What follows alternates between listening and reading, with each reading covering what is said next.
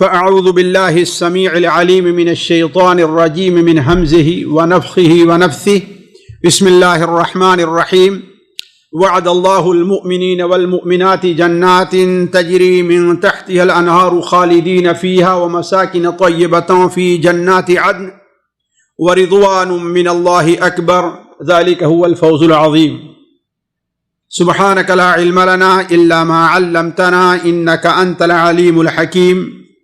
رب اشرح لي صدري ويسر لي أمري واحلل عقدة من لساني يفقهوا قولي واحلل عقدة من لساني يفقهوا قولي. دور اور نزدیک سے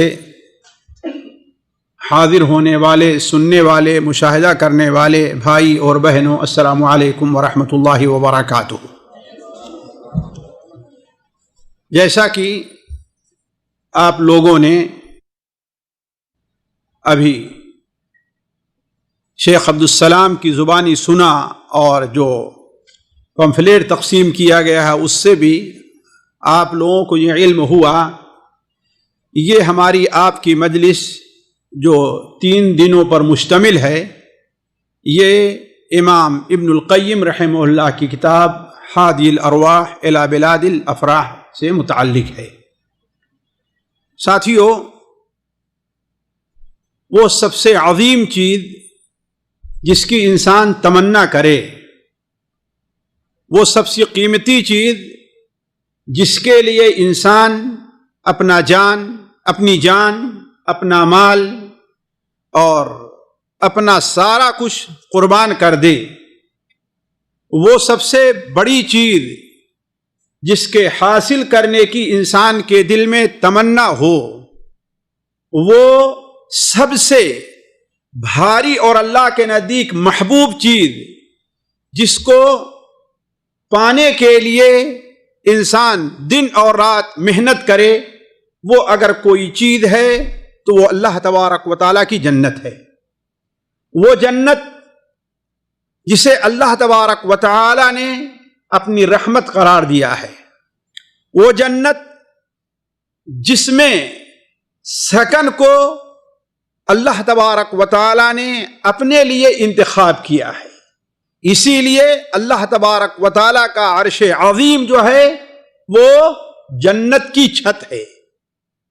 وہ جنت جس کی پہنائی آسمان اور زمین کے برابر ہے، وہ جنت جس سے متعلق اللہ تبارک و تعالیٰ ارشاد فرماتا ہے کل نفس ذائقۃ الموت وانما توفون اجورکم یوم القیامہ. ہر جاندار کو موت کا مزہ چکھنا ہے. اس دنیا میں نہیں، ہر ایک کو اس کی کوششوں کا پورا بدلہ قیامت ہی کے دن ملنے والا ہے. تو اس دن، قیامت کے دن، فمن زحزح عن النار وادخل الجنہ، جس شخص کو جہنم سے دور کر دیا گیا اور جنت میں داخل کر دیا گیا، اللہ تبارک و تعالیٰ فرماتا ہے فقد فاز، وہی انسان کامیاب ہے. تو اصل کامیابی جنت کا حصول اور جہنم سے نجات ہے. وہ جنت جس سے متعلق نبی کریم صلی اللہ علیہ وسلم کا ارشاد صحیح بخاری میں حضرت انس بن مالک رضی اللہ تعالی عنہ سے مروی ہے وَلَقَابَ قَوْسِ أَحَدِكُم مِّنَ الْجَنَّةِ أَوْ مَوْضِعِ قَيْدِ أَحَدِكُم مِّنَ الْجَنَّةِ، ایک کمان کے برابر یا کسی کے چابک رکھنے کی جگہ کے برابر اگر کسی کو زمین جنت میں مل جائے تو وہ دنیا اور دنیا کی تمام چیزوں سے افضل ہے. ذرا دیکھیے، 1 میٹر نہیں، 100 گز نہیں، 50 گز نہیں، جس میں کم سے کم انسان چھوٹا سا گھر بناتا ہے، نہیں، کتنا؟ صرف ایک چابک جتنی دوری میں رکھ دیا جائے اتنی زمین اگر کسی انسان کو جنت میں مل جائے تو آپ صلی اللہ علیہ وسلم نے ارشاد فرمایا کہ خیر من الدنیا وما فیہا، دنیا کی تمام نعمتوں ہیرے جواہر سونا بلڈنگیں ساری چیزوں سے افضل کیا ہے؟ وہ اتنی زمین ہے۔ آگے نبی کریم صلی اللہ علیہ وسلم نے ارشاد فرمایا وَلَوْ أَنَّ امْرَأَةً مِّنْ أَهْلِ الْجَنَّةِ، اگر جنت والی عورتوں میں سے وہ عورتیں، خواہ اللہ تبارک و تعالیٰ نے انہیں جنت کے لیے پیدا کیا ہے یا وہ عورتیں جنہیں اللہ تبارک و تعالیٰ اپنے فضل و کرم سے جنت میں داخل کرے گا، اگر صرف جنت میں آ نہ جائے، دنیا میں آ نہ جائے، اگر دنیا کی طرف دیکھ لے تو ساری دنیا روشن ہو جائے گی، دنیا میں کہیں تاریکی نہیں رہ جائے گی۔ آج یہ سورج اپنی بڑائی اور وسعت اور تیزی کے باوجود ساری دنیا کو ایک ساتھ روشن نہیں کر پاتا۔ دنیا کا ایک حصہ ہی نہیں بلکہ زیادہ حصہ روشن ہوتا ہے اور زیادہ حصہ تاریک رہتا ہے اور کچھ حصہ روشن ہوتا ہے، لیکن اگر وہ عورت صرف دنیا کی طرف دیکھ لے تو الصادق المصدوق صلی اللہ علیہ وسلم کا فرمان ہے کہ ساری دنیا روشن ہو جائے گی۔ اور آپ صلی اللہ علیہ وسلم نے ارشاد فرمایا وَلَنَصِيفُهَا، اور صرف یہی نہیں کہ روشن کر دے گا بلکہ ساری دنیا خوشبو سے بھر جائے گی۔ اور آپ نے آگے بیان فرمایا اور اس کے سر کے اوپر جو دوپٹہ ہے، یعنی دوپٹے کی جگہ کیا ہے؟ وہ گلا نہیں ہے، دوپٹے کی جگہ کندھا نہیں ہے، دوپٹے کی جگہ کیا ہے؟ سر ہے۔ وہ دوپٹہ جو اس کے سر کے اوپر ہے وہ دنیا اور دنیا کی ساری چیزوں سے بہتر ہے، بلکہ اس سے بھی وہ عظیم حدیث جو مسند احمد میں اور سنن ترمذی میں حضرت سعد ابن ابی وقاص رضی اللہ تعالی عنہ سے مروی ہے، وہ بیان کرتے ہیں کہ نبی کریم صلی اللہ علیہ وسلم نے ارشاد فرمایا لو انما یقل الظفر او ظفر، صرف اتنی مقدار جنت کی جتنا انسان کے اس ناخون کے اندر گویا کی میل جمتی ہے۔ اگر ناخون بڑھ جاتا ہے تو ذرا دیکھیے وہ کتنی مقدار ہوگی، ذرا اندازہ لگائیں۔ 1 کلو ہوگی جی، 1 چھٹانک ہوگی، 1 گرام مشکل سے بھی نہیں ہے نا، بڑے سے بڑا ناخون ہو، زیادہ گندگی بھی ہو تو بھی۔ آپ نے کیا بیان فرمایا؟ وہ دنیا کا اتنا حصہ جو انسان کے ناخون کے اندر بطور میل کچیل کے جمع ہو جاتا، اتنا بھی اگر اس دنیا کے اندر آ جائے تو آسمان اور زمین کی ساری چیزوں کو روشن کر دے، آسمان اور زمین کی مزین کر دے ساری چیزوں کو۔ وَلَوْ أَنَّ رَجُلًا مِّنْ أَهْلِ الْجَنَّةِ، صرف جنت کی عورتیں نہیں، ان کو تو اللہ خوبصورت بنا ہی دے گا، نہیں جنت کے مرد بھی، ان میں سے اگر کوئی ایک شخص وہ صرف نظر کر دے جنت دنیا کی طرف، اور نظر نہیں صرف وہ کنگن جو اللہ تعالیٰ اسے پہننے کے لیے دے گا، وہ کنگن اگر دنیا کی طرف اسے کر دیا جائے تو وہ اس کی روشنی سورج کی روشنی کو بھی مات کر دے گی۔ یہ ہے ساتھیو جنت۔ لہذا ہر مومن کی سب سے اہم کوشش ہونی چاہیے، اور اس سلسلے میں 2 کوشش ہونی چاہیے۔ ایک کوشش تو یہ کہ اس پر ہمارا اور آپ کا ایمان ہو، یہ بڑی اہم چیز ہے۔ پہلی چیز کیا ہے؟ ہمارے سمجھ میں نہ آئے، ہماری عقل میں وہ چیز نہیں آتی ہے، ہم اس کو نہیں سمجھ سکتے، لیکن ہمارا اس پر ایمان ہے۔ کیوں ایمان ہے؟ اس لیے کہ اللہ تبارک و تعالی نے اس کی اہمیت اور فضیلت کو بیان کی ہے۔ اللہ تعالیٰ فرماتا فَلَا تَعْلَمُ نَفْسٌ مَّا أُخْفِيَ لَهُ مِن قُرَّةِ أَعْيُنٍ، ذرا سوچیں، فَلَا تَعْلَمُ نَفْسٌ، کوئی نہیں جانتا ہے جو اس کے آنکھوں کی ٹھنڈک کے لیے اللہ تبارک و تعالی نے چھپا کر کے رکھا ہے، اس سے کوئی نہیں جانتا ہے۔ جس کی تفسیر میں آپ نے کیا ارشاد فرمایا کہ جنت میں وہ کچھ ملنے والا ہے ما لا عین رات ولا اذن سمعت ولا خطر على قلب بشر، جسے نہ آنکھوں نے دیکھا ہے نہ کانوں نے سنا ہے۔ ذرا اس تعبیر پر غور کیجئے، یہ کس کی تعبیر ہے؟ اللہ تبارک تعالیٰ کے کلام کی وضاحت میں الصادق المصدوق صلی اللہ علیہ وسلم کی یہ تعبیر ہے کہ جسے آنکھوں نے، صرف ایک آنکھ نہیں، پوری دنیا کی آنکھوں نے نہیں دیکھا ہے۔ کتنی نعمتیں دیکھی ہوں گی، ذرا دیکھیں آپ۔ ولا اذن سمعت، نہ کسی کان نے سنا ہے۔ اور صرف یہی نہیں، انسان سوچ لے کوئی اچھی سے اچھی چیز، وسیع سے بڑی چیز سوچ لے بڑی سے بڑی چیز۔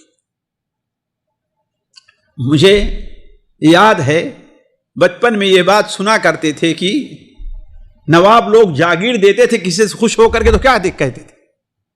بہت خوش ہوئے، جہاں تک تمہاری نظر جا رہی ہے، یا جہاں تک تم گھوڑا لے کر جاؤ اور دوڑ کر کے چلے آؤ، سارا تم کو ملنے والا ہے۔ ہوتا تھا نہیں ہوتا تھا؟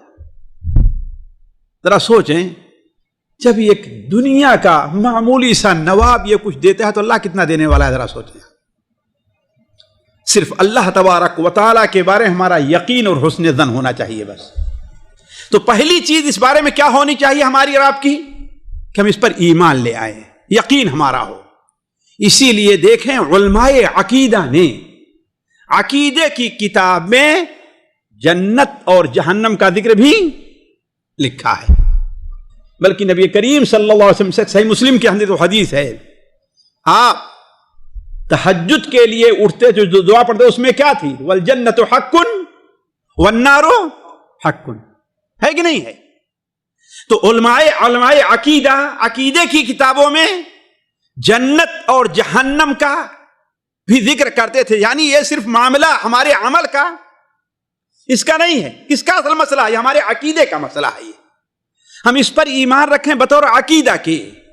اور دوسری چیز، صرف عقیدہ کافی نہیں، عقیدے کے ساتھ ساتھ اس کے حصول کے لیے کیا کرنا چاہیے؟ عمل بھی کرنا چاہیے۔ اسی لیے اللہ تبارک و تعالی نے، رسول اللہ صلی اللہ علیہ وسلم نے بہت سے ایسے اعمال ہمیں خصوصی طور پر بتائے ہیں جو جنت کے حصول میں مدد ہماری کر سکتے ہیں، جنت میں بلند درجات حاصل کرنے میں مدد کر سکتے ہیں، ہے کہ نہیں؟ اور جنت میں ایک سے زائد درجہ حاصل کرنے میں مدد، تینوں چیزیں ہو سکتی ہیں۔ جنت کا حصول، جنت میں بلند درجات کا حصول، بلند درجات کا حصول، اور جنت میں بلند درجات کا حصول، تینوں چیزیں اللہ کے رسول صلی اللہ علیہ وسلم کی اگر آپ دیکھیں حدیث ہیں جی، تین چیزیں ہیں، جنت کا حصول، جنت میں درجات ایک سے زائد درجے کا حصول، ہاں، اور جنت میں درجات کی بلندی، یہ تینوں چیزیں آپ دیکھیں گے تو قرآن اور حدیث میں یہ چیزیں بڑے واضح طور پر بیان کی گئی ہیں۔ اسی لیے علماء نے بہت سے اس موضوع پر بہت سی کتابیں لکھی ہیں، الگ سے کتابیں جو صرف جنت کے بیان میں ہیں، جیسے ابو شیخ اصفہانی نے کتاب صفت الجنہ 2 جلدوں میں چھپی ہے، صرف اسی موضوع پر ایک کتاب ہی لکھی ہے۔ امام القیم رحمہ اللہ کی وہ کتاب جو ہمارے اور آپ کے سامنے ہے، وہ بھی اسی موضوع سے متعلق ہے۔ خیر، بات کو طول نہ دے کر کے اب ہم آتے ہیں اس کتاب کی طرف۔ دیکھیے، سب سے پہلے اس کتاب کے مؤلف کے بارے میں ہم چند باتیں جان لیں، ورنہ ایک بڑا لمبا موضوع چاہتا ہے ان سے متعلق گفتگو۔ کون؟ امام ابن القیم۔ عام طور پر ابن القیم کے نام سے ان کو جانتے ہیں۔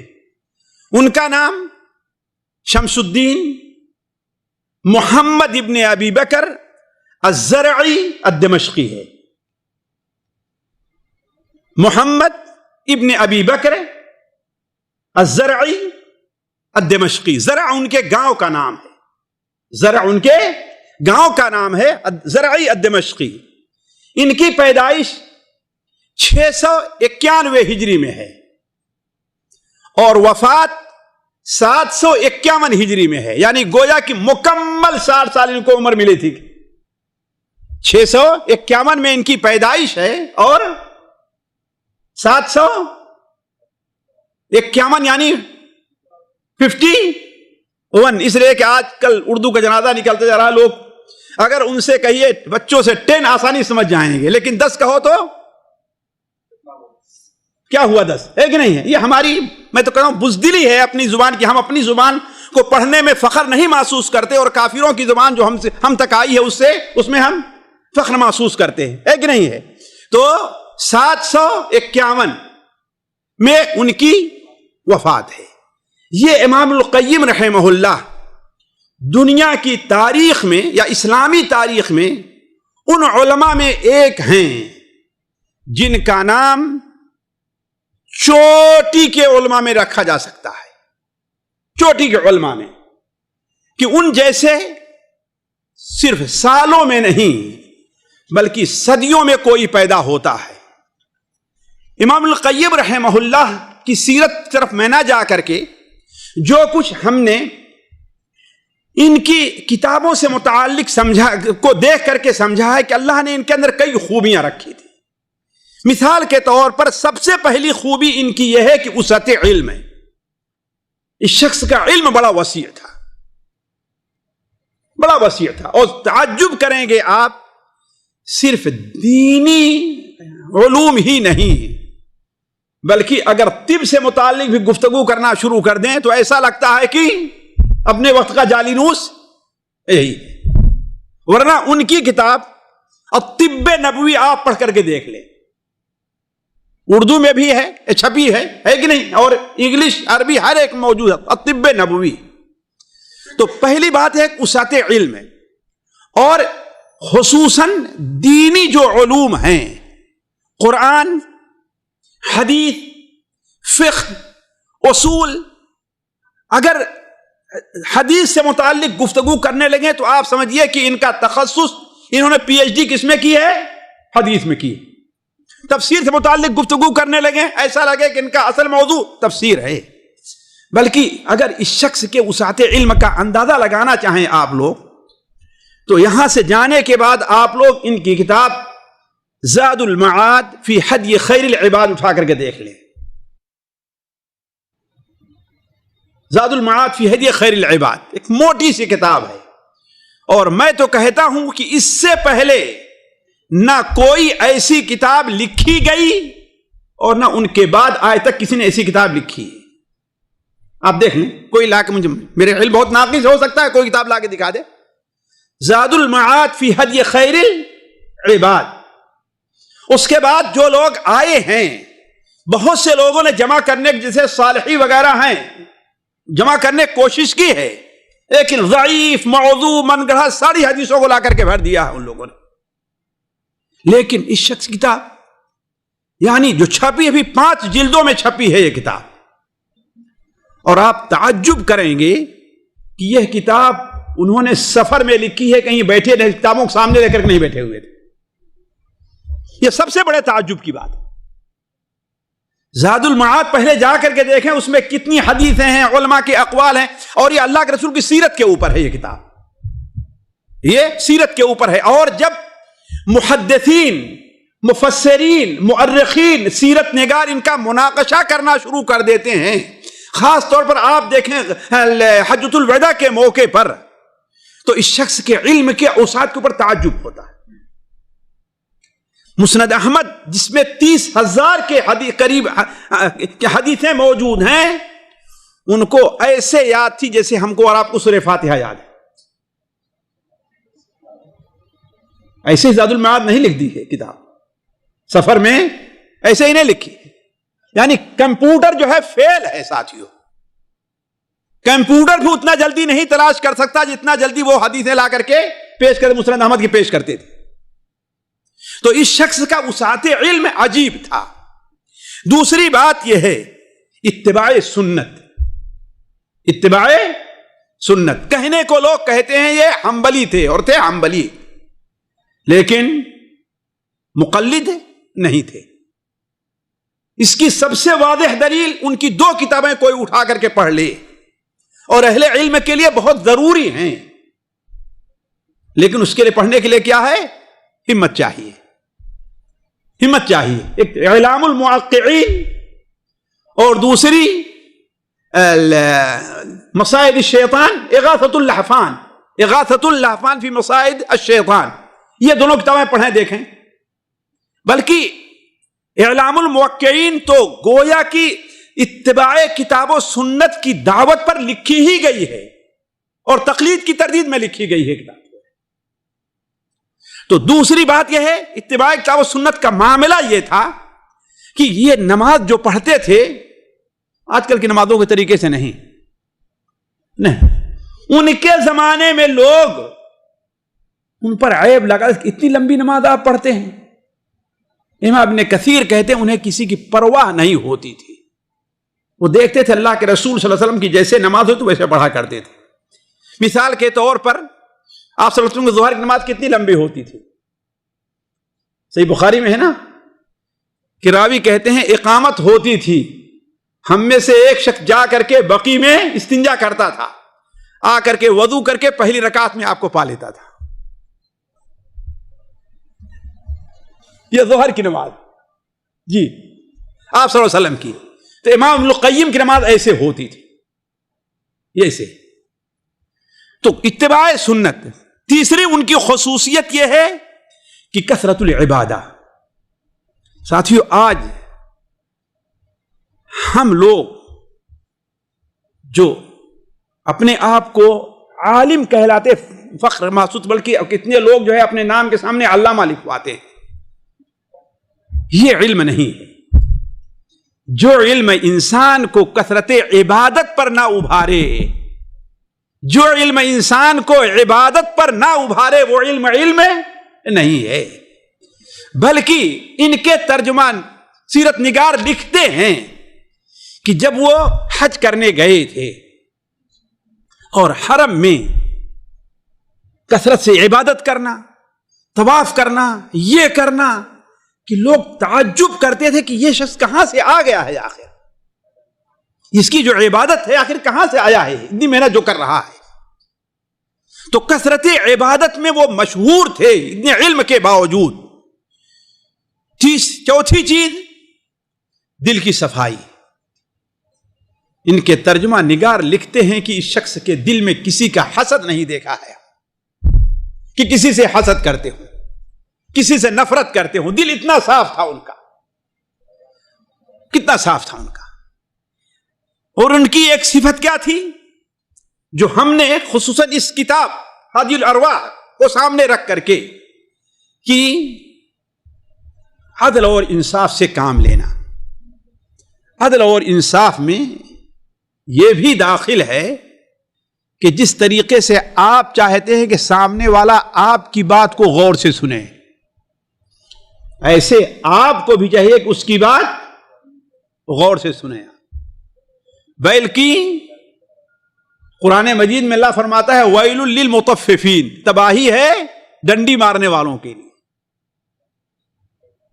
یعنی لینا ہو تو پورا لے لیں اور دینا ہو تو کم کر کے دے، ہے نا. کہا کہ اس میں یہ بھی داخل ہے کہ تم تو یہ چاہو کہ تمہاری دلیل کسی بحث کے موقع پر پوری کی پوری سنی جائے اور مخالف جو اپنی دلیل دینے لگے تو شور کرنا شروع کر دو. نہیں، یہ بھی اس میں داخل ہے.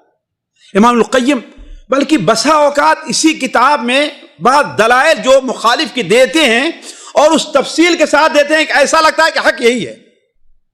مخالف دلیل پیش کر رہے ہیں لیکن حق لگتا ہے کہ حق یہی ہے. تو عدل اور انصاف اور یہ خوبی جو ان کے اندر پائی جاتی تھی. اور اسی طریقے سے آخری بات یہ ہے کہ امام القیم رحمہ اللہ میں ایک چیز یہ بھی پائی جاتی تھی کہ وہ عالم اور علامہ تو تھے ہی، ان کے باپ ابو بکر بھی ماشاءاللہ بہت بڑے عالم تھے، خاص طور پر اپنے وقت میں فرائض کے بہت بڑے عالم تھے ابو بکر الزرعی. بلکہ ان کو ابن القیم کیوں کہتے ہیں؟ قیم کے معنی آج جسے ہم کہہ لیں کہ محتمم، مدرسے کا ہوتا ہے نا، مدرسے کا محتمم، نگراں، تو قیم کے معنی یہ ہوتا ہے، چونکہ الجوزیہ ایک مدرسہ تھا، اس کے وہ نگراں تھے ابو بکر، اور اس میں تعلیم بھی دیتے تھے۔ امام ابن کثیر لکھتے ہیں کہ حافظ ابن حجر لکھتے ہیں فرائض کے اندر ان کو بڑی مہارت حاصل تھی، اسی لیے ان کو ابن قیم الجوزیہ، قیم الجوزیہ یعنی جوزیہ جو مدرسہ تھا اس کے ناظم کے بیٹے، اور اللہ نے ان کے بیٹے عبداللہ، عمر، ان کو بھی ماشاءاللہ بہت بڑا علم دیا تھا کہ ان کے انتقال کے بعد اس مدرسے، اس مسجد کی امامت کون کرتا تھا؟ ان کے بیٹے، اور تدریس وہاں پر وہی کیا کرتے تھے۔ تو علی کل حال ابن القیم رحمہ اللہ سے متعلق گفتگو کا یہ موقع نہیں ہے، ورنہ گفتگو ان سے متعلق جو ہے بڑی دلچسپ ہے۔ اب ہم آتے ہیں اس کتاب کی طرف۔ اولا اس کتاب کا نام کیا ہے؟ ہادی الارواح الی بلاد الافراح۔ ہادی کہتے کس کو ہیں؟ عربی میں ہادی کس کو کہتے ہیں؟ اصل میں ہادی ہے، پہلے اس کی ایک ذرا سی تفصیل بیان کر دوں۔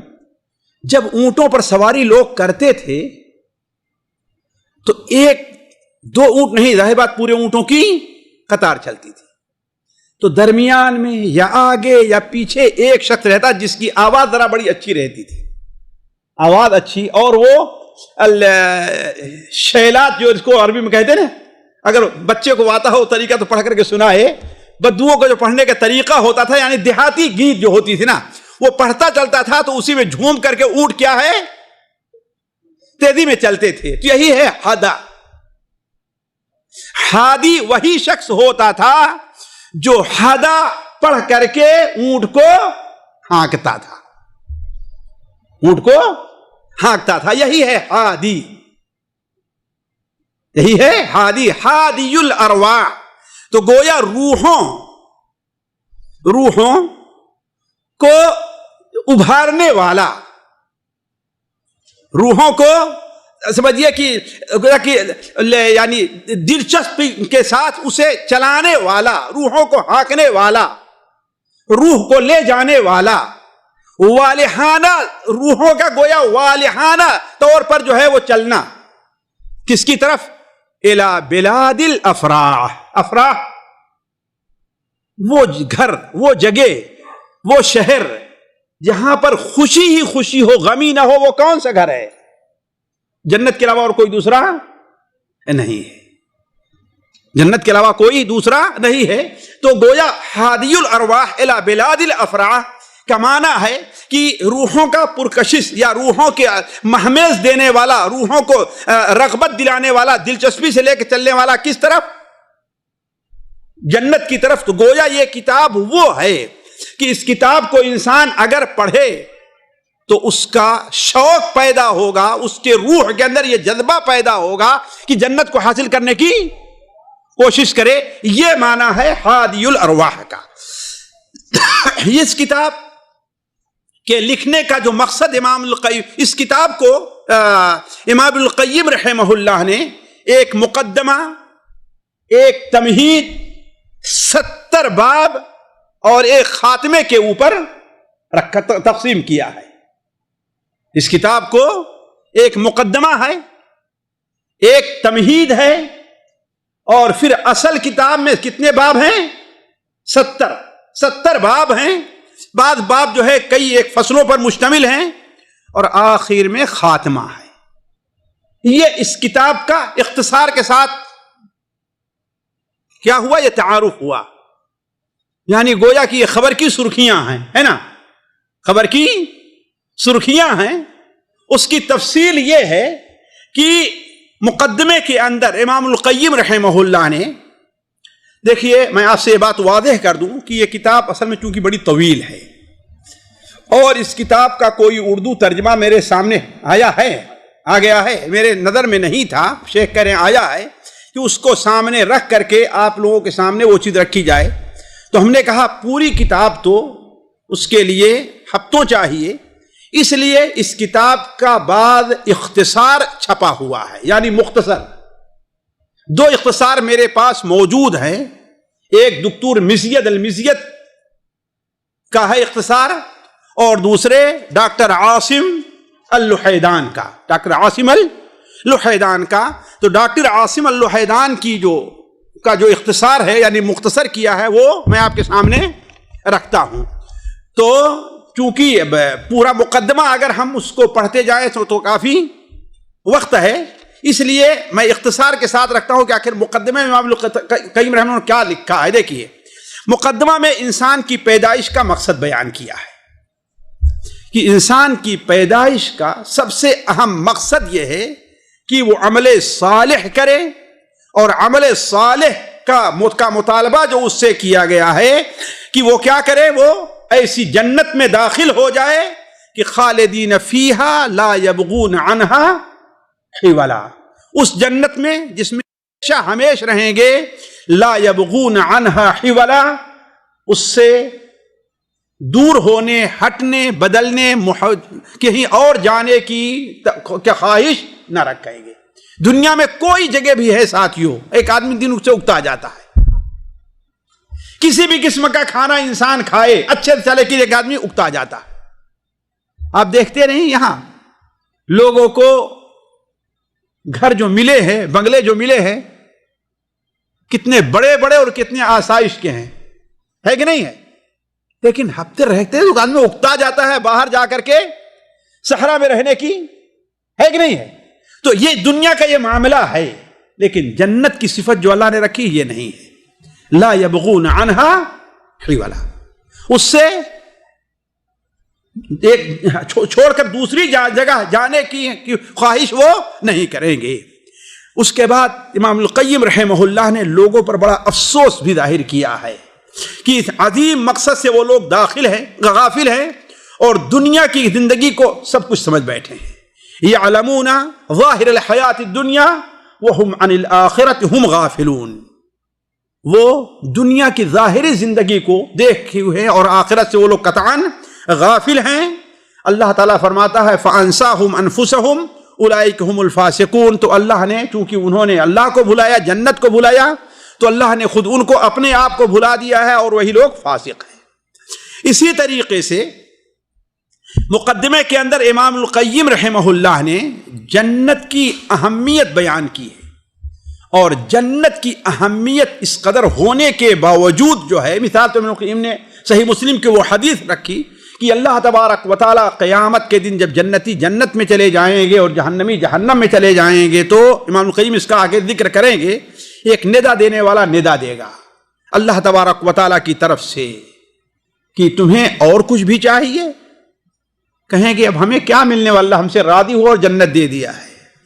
تو اس وقت ندا دینے والا کہے گا ان لکم ان تنعموا فلا تبأسوا ابدا، اب تمہیں ہمیشہ نعمتوں ہی نعمتوں میں رہنا ہے، کبھی تمہیں پریشانی اور تکلیف لاحق نہیں ہوگی، اب تمہیں زندہ ہی رہنا ہے، فلا تموتوا ابدا، تمہارے اوپر کبھی موت نہیں آئے گی،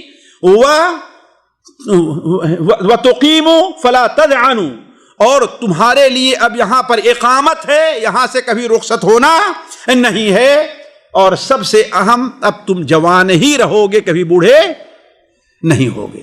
تو کہا کہ جنت اتنی اہم چیز ہے، لیکن پھر بھی لوگ اسے بھول کر کے اس دنیا کے پیچھے پڑے ہوئے ہیں جس میں آلام ہیں، مصائب ہیں، پریشانیاں ہیں، افکار ہیں، سب کچھ ہے، اور جنت کو اس میں پڑھ کر کے جنت کو بھولے ہوئے ہیں۔ اسی طریقے سے مقدمے کے آخر میں امام القیم رحمہ اللہ نے ایک لمبی نظم رکھی ہے جو بڑی پیاری ہے، اگر اس کا ترجمہ میں کروں تو بہت دیر ہو جائے گی، صرف آخر کے 2 شعر میں آپ کے سامنے رکھتا ہوں جو بڑا پیارا ہے۔ کہتے ہیں کہ فَيَا بَائِعًا هَذَا بِبَخْسٍ مُعَجَّلٍ كَأَنَّكَ لَا تَدْرِي بَلَا سَوْفَ تَعْلَمُ، اے اس عظیم جنت کو بیچنے والے، کس سے؟ بِبَخْسٍ مُعَجَّلٍ، جلدی حاصل ہونے والی ایک حقیر چیز سے، یعنی کون ہے؟ جنت ہے، دنیا ہے۔ اے اس دنیا کو بیچنے والے، اے اپنی اہمیت کو قدر نہ کرنے والے، بے بخس معجل کانک لا تدری، ایسا لگتا ہے تجھے معلوم نہیں کہ جنت کی حقیقت کیا ہے، یا تم کتنے گھاٹے میں جا رہے ہو، کتنے خسارے کا تم سودا کر رہے ہو. بلا سوف تعلمون، یقیناً تم جان جاؤ گے. فَإِن كُنْتَ لَا تَدْرِي فَتِلْكَ مُصِيبَةٌ وَإِن كُنْتَ تَدْرِي فَالْمُصِيبَةُ أَعْظَمُ. اگر تم نہیں جانے کہ یہ کتنی اہم چیز ہے جنت، نہیں جانتے ہو، وَإِن كُنْتَ لَا تَدْرِي فَتِلْكَ مُصِيبَةٌ، تو یہ بہت بڑی مصیبت ہے، تمہارا بہت بڑا گھاٹا ہے. اور اگر جانتے ہو پھر بھی اس کے لیے تیاری نہیں کرتے تو کیا ہے؟ یہ اور بڑی مصیبت ہے. تو فَإِن كُنْتَ لَا تَدْرِي فَتِلْكَ مُصِيبَةٌ وَإِن كُنْتَ تَدْرِي فَالْمُصِيبَةُ أَعْظَمُ. اس کے بعد امام القیم رحمہ اللہ نے تمہید کا ذکر کیا ہے. تمہید میں اس کتاب کی اہمیت بیان کی ہے کہ یہ کتاب جو لوگ غموں سے نڈھال ہیں ان کے لیے تسلی کا سبب ہے. یہ ایک شخص ہے دنیا میں اسے غم لاحق ہوگا، کئی سال لاحق ہوگا، کتنے سال لاحق ہوگا، بیمار رہے گا، کتنے دن بیمار رہے گا، آخر تو ختم ہونے والا ہی نہیں ختم ہونے والا، ختم ہو جائے گا نا ایک دن. لیکن آخرت میں جو غم لاحق ہوگا وہ کبھی ختم نہیں ہوگا. تو اس دنیا میں جو تمہیں غم لاحق ہے یہ کتاب ان لوگوں کے لیے تسلی کا سبب ہے. وہ لوگ جو اللہ سے ملاقات اور جنت کے مشتاق ہیں ان کے لیے دلوں کو گویا ان کے ابھارنے والی اور اس کے لیے کوشش کرنے والی چیز ہے. اور وحاد للنفوس، اور دلوں کو ابھارنے والی ہے کس طرف؟ اللہ تبارک ملک القدوس جو اللہ تعالیٰ اس تک پہنچنے کے لیے. تو اس کتاب کی اہمیت بیان کی ہے. پھر کتاب لکھنے کا مقصد کیا ہے بیان کیا ہے. کتاب لکھنے کا مقصد کہتے ہیں کہ اصل میرا مقصد کیا ہے، اہل سنت و جماعت کے جو ہمارے ساتھی ہیں ان کے لیے یہ بشارت ہے کہ آپ سنت اور جماعت ان دونوں کو لازم پکڑے ہیں تو اللہ تعالیٰ نے آپ کے لیے کیا کیا بشارتیں رکھی ہیں اور کیا کیا سامان تیار کر کے رکھا ہے. اور اس کتاب کا طریقے تالیف جو بیان کیا ہے وہ یہ ہے کہ اس کتاب کو جیسے کہ ہم نے کہا کہ 70 باب میں تقسیم کیا ہے. پہلے باب کے اندر یہ موضوع چھیڑا ہے کہ جنت اس وقت موجود ہے، اور آخری باب میں یہ چھیڑا ہے کہ یہ جو جنت کی خوشخبریاں ہیں اس کے مستحق کون لوگ ہیں. ساتھیوں اس کتاب کی خوبی یہ ہے کہ کوئی بھی بات قرآن اور حدیث سے بغیر دلیل لیے ہوئے نہیں لکھی گئی. جو بات بھی لکھی ہے امام القیم رحمہ اللہ نے اسے دلائل کی روشنی میں لکھا ہے. اب ہم آتے ہیں اس بات کی طرف، اصل کتاب شروع کرتے ہیں جو پہلا باب ہے. پہلا باب ہے امام القیم رحمہ اللہ کہتے ہیں کہ اس وقت جنت موجود ہے. اہل سنت و جماعت کا جو عقیدہ ہے وہ یہ ہے کہ جس جنت کا اللہ تبارک و تعالیٰ نے ہم سے وعدہ کیا ہے وہ جنت اس وقت پیدا کی جا چکی ہے اور موجود ہے. امام القیم رحمہ اللہ کہتے ہیں کہ صحابہ کرام سے لے کر کے تابعین سے چلتے ہوئے اہل سنت و جماعت کا فقہائے اسلام ہے، زہاد ہے، اور اہل سنت و جماعت کے اندر جو زاہد و صوفی لوگ ہیں اہل سنت و جماعت کے، ان کا عقیدہ آج تک یہی چلا آ رہا ہے کہ جنت یا اس وقت موجود ہے، اور وہی جنت ہے جس کی طرف اللہ تبارک و تعالیٰ کے رسولوں نے اپنی امت کو دعوت دی ہے. اس سلسلے میں امام ابن القیم رحمہ اللہ کہتے ہیں کہ معتزلہ اور قدریہ جو ہیں ان لوگوں نے اس کی مخالفت کی ہے اور وہ کہتے ہیں کہ جنت موجود نہیں ہے. اور ان کی مخالفت کی وجہ کیا ہے؟ مخالفت کی وجہ یہ ہے کہ انہوں نے اپنا ایک اصول اور قاعدہ بنا لیا ہے. قاعدہ کیا بیان لیا ہے؟ الواجب علی اللہ فعل الاصلح. الواجب علی اللہ فعل الاصلح. اللہ تعالیٰ پر واجب ہے، یعنی گویا یہ بدبخت اللہ پر واجب کر رہے ہیں، اللہ اپنے اوپر واجب نہیں کر رہا ہے. الواجب علی اللہ، اللہ تعالیٰ پر واجب ہے کہ وہی کام کرے جو زیادہ بہتر ہو، اچھا ہو. اور کہا کہ یہ تو بیکار کا خرچ ہے کہ اللہ تعالیٰ نے اتنے پہلے سے جنت تیار کر کے رکھی ہے آج تک. جی جی، جنت اللہ نے جو تیار کر کے رکھی ہے آخر کس کام کی ہے؟ ابھی اس میں اتنے جو نعمتیں ہیں اس سے کوئی فائدہ اٹھایا جا رہا ہے؟ کوئی فائدہ نہیں اٹھایا جا رہا ہے. تو جو ان کا جو عقیدہ ہے وہ اسی بنیاد پر ہے. تو امام ابن القیم رحمہ اللہ نے اس موضوع کو چھیڑا ہے اور اس پر جو ہے دلیلیں دی ہیں. مثال کے طور پر اس پر دلیل دیتے ہوئے کہتے ہیں کہ علماء اہل سنت و جماعت اپنے عقیدے کے اندر ہمیشہ یہ بات لکھتے رہے ہیں کہ جنت اور جہنم یہ کیا ہے؟ یہ مخلوق ہے اور اس وقت موجود ہے. اس پر قرآن اور حدیث سے جو دلیل پیش کیا ہے وہ چند دلیلیں میں آپ کے سامنے رکھتا ہوں. دیکھیے، پہلی دلیل یہ ہے کہ اللہ تعالیٰ قرآن مجید میں ارشاد فرماتا ہے، اور اس چیز کو آج جبکہ الحاد امت مسلمہ کے نوجوانوں میں نعوذ باللہ من ذالک بڑی تیزی کے ساتھ پھیل رہا ہے، اس لیے کہ اس میڈیا جس سے آپ لوگ الحمدللہ اچھا فائدہ حاصل کر رہے ہیں اور اچھا سبق لے رہے ہیں، ایسے آپ ہی میں سے ہم میں سے کچھ ایسے لوگ ہیں جو اس سے غلط فائدہ اٹھا کر کے الحاد و دہریت کی طرف جا رہے ہیں. تو اس چیز کو سامنے رکھنا بڑا ضروری ہے آپ لوگوں کے لیے، اس لیے کہ آپ لوگوں کی ملاقات ایسے لوگوں سے بھی ہوگی جو اس پر آپ کے اوپر اعتراض کریں گے. تو اللہ تعالیٰ قرآن مجید میں ارشاد فرماتا ہے وَلَقَدْ رَآهُ نَزْلَةً أُخْرَى عِنْدَ سِدْرَةِ الْمُنْتَهَى عِنْدَهَا جَنَّةُ الْمَأْوَىٰ، عِنْدَهَا جَنَّةُ الْمَأْوَىٰ. اللہ کے رسول صلی اللہ علیہ وسلم نے رآہو، ان کو یعنی کہ جبرائیل کو، نزلۃ اخری، ایک اور بار نازل ہوتے ہوئے دیکھا. کہاں؟ عند سدرۃ المنتہا، سدرۃ المنتہا کے پاس. سدرۃ المنتہا کہاں ہے ساتھیو؟ یہ ساتویں آسمان پر ہے. سدرۃ المنتہا کیوں کہتے ہیں اس کو؟ منتہا کے معنی ختم ہونے والا معاملہ. زمین سے جو معاملات اٹھ کر کے جاتے ہیں، جو فرشتے لے کر جاتے ہیں، ان کی حد کہاں ہے؟ سدرۃ المنتہا ہے. اور اوپر سے جو آتے ہیں ان کی حد کہاں ہے؟ سدرۃ المنتہا ہے کہ نہیں ہے؟ تو عند سدرۃ المنتہا عندہا جنت المأویٰ، سدرۃ المنتہا کے پاس کیا ہے؟ جنت المأویٰ ہے. گویا وہاں پر جنت موجود ہے. تبھی تو اللہ فرمایا جنت المأویٰ. یہ نہیں فرمایا اللہ نے کہ وہاں جنت المأویٰ کو رکھا جائے گا.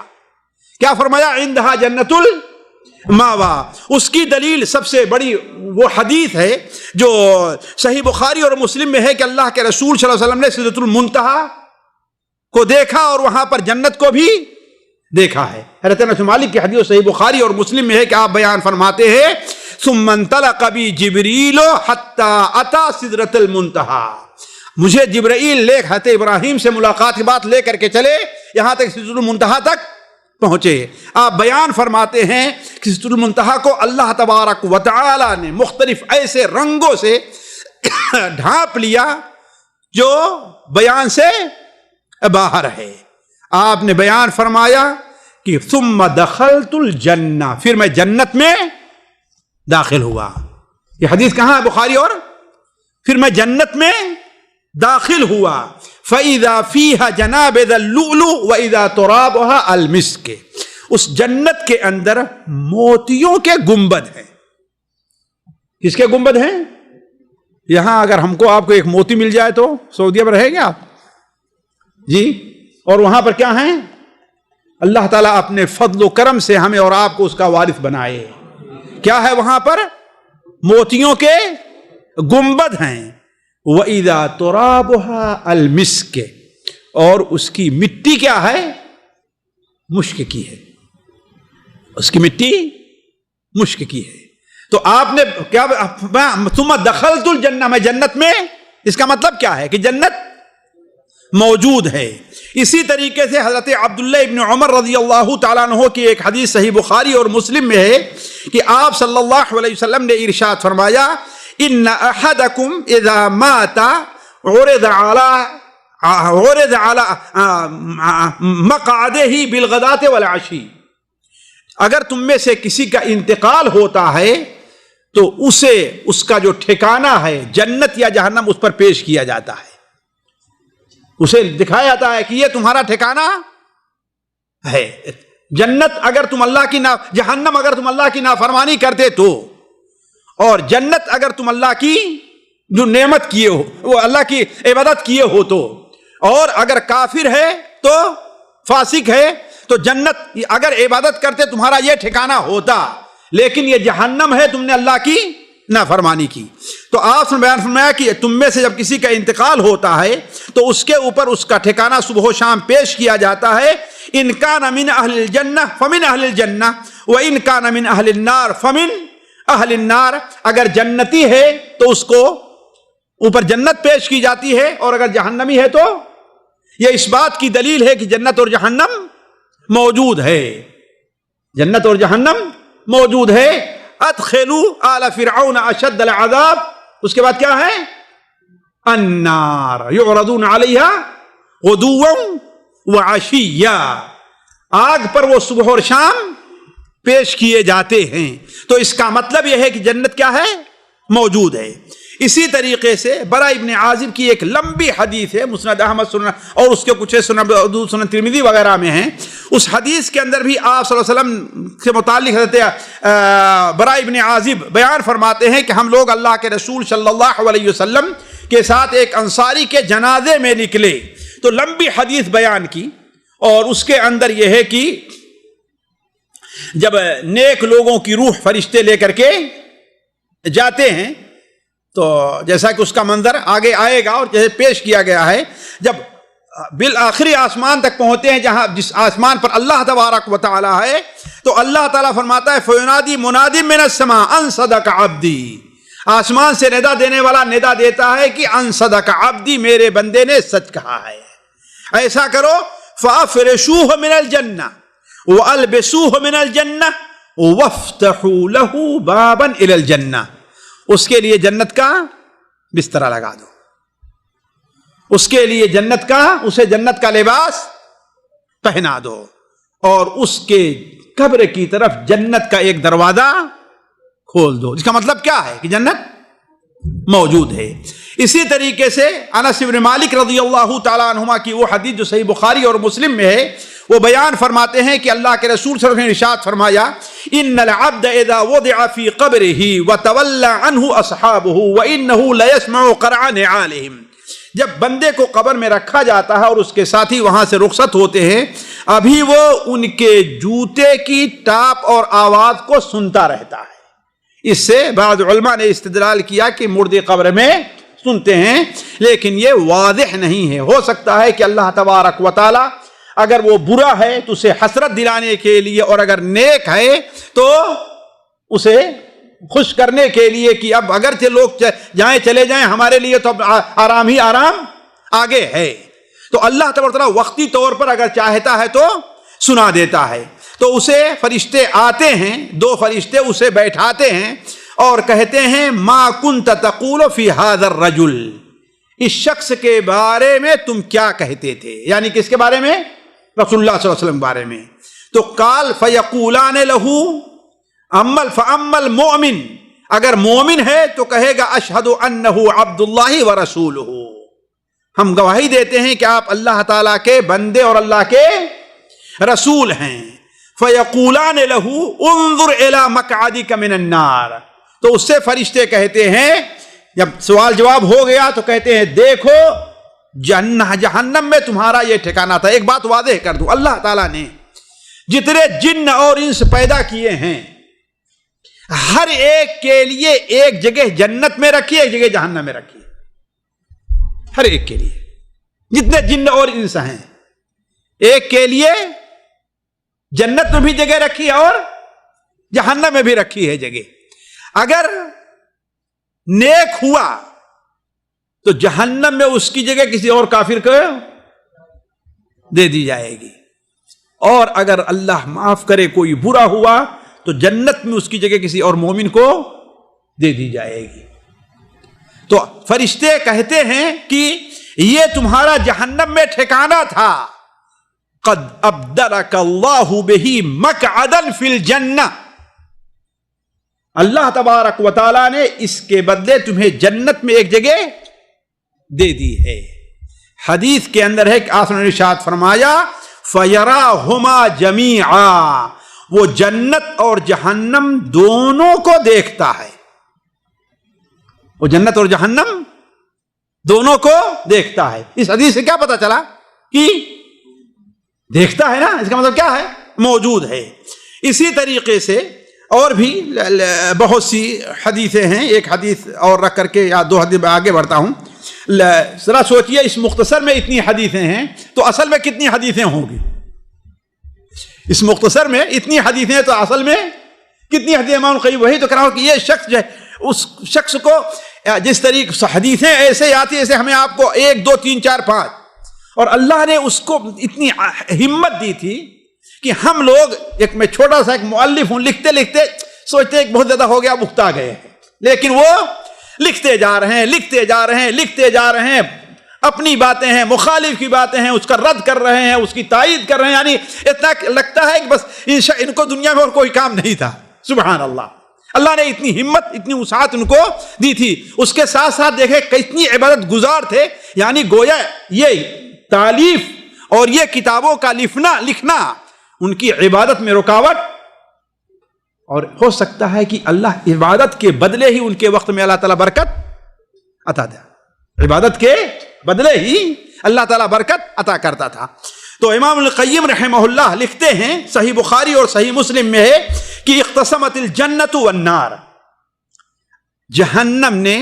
جہنم اور جنت کا آپس میں اختلاف ہوا، اللہ تبارک و تعالی سے دونوں جو ہے بحث کرنے لگی۔ فقالت الجنہ، جنت نے کہا یا ربی ما لها انما يدخلها ضعفاء الناس وسقطهم، اے اللہ تبارک و تعالی کیوں کہ جنت کے اندر کمزور اور حقیر سمجھے جانے والے لوگ ہی داخل ہو رہے ہیں۔ آپ دیکھ لیں مسجد میں ایک بڑا بہترین سا واقعہ ایک شخص نے نقل کیا، واللہ عالم، کہتا ہے کہ میں عشاء کی نماز میں تھا اور تیسری یا چوتھی صف میں تھا، میں عشاء کی نماز میں تھا، میں تیسری یا چوتھی صف میں تھا۔ کہا میرے بغل میں ایک بوڑھا بیٹھا تھا، اس نے مجھے مخاطب کیا، کہا کہ یہ فلان، یہ عبرت کی چیز ہے، ذرا سنیں ذاتیوں، مخاطب کیا ہمیں۔ اب آپ دیکھیں کہ کہاں ہے آپ لوگوں کا مقام، ہمارا مقام۔ مخاطب کیا، کہا کہ پہلی صف میں دیکھو آپ کو کوئی پیسے والا، کوئی اچھی نوکری والا، کوئی بڑا سیٹھ دکھائی دے رہا ہے؟ تو کہا کہ میں سمجھا پتہ نہیں کیوں مجھ سے پوچھ رہا ہے۔ کہا کہ میں دیکھنے لگا، ہم نے کہا کہ شاید کوئی نہیں ہے، شاید کوئی ایک ہو۔ تو اس نے کہا دیکھو جتنے ہیں یا تو ڈرائیور ہیں، یا تو مزدور ہیں، یا تو غریب قسم کے لوگ ہیں۔ کہا کہ یہ مسجد ہم کو رسوا کر رہی ہے، یہی مقام ہم لوگوں کا آخرت میں جنت میں بھی ہوگا، کہ جنت میں ہم کہاں ہوں گے؟ پیچھے ہوں گے۔ یہ مسجد ہمیں آخرت سے پہلے دنیا میں رسوا کر دے رہی ہے کہ تم دیکھ لو تمہارا ٹھکانہ کہاں پر ہے۔ اور آپ لوگوں کو معلوم ہے کہ اللہ کے رسول صلی اللہ علیہ وسلم کی وہ حدیث ہے کہ جنت میں اسی حساب سے لوگ بیٹھائے جائیں گے جس حساب سے جمعہ کے دن آگے اور پیچھے ہے، کہ نہیں شے؟ حدیث ہے نا، جمعہ میں کون جلدی جاتا ہے جنت میں؟ اس کو جب اللہ تک کے دربار میں حاضری ہوگی، یوم المزید جسے کہا جاتا ہے، جس کا ذکر آئے گا، تو اسی حساب سے بیٹھایا جائے گا کہ جو نماز میں آگے رہتا تھا پہلی صف میں، اسے وہاں بھی پہلی صف ملے گی، اگرچہ وہ 600-700 ریال تنخواہ لینے والا، اور جو 25,000 20,000 15,000 تنخواہ لینے والا جو آفیسر ہوگا وہ کہاں ہوگا؟ پیچھے ہوگا، جیسے مسجد کے اندر وہ سب سے پیچھے رہا کرتا ہے۔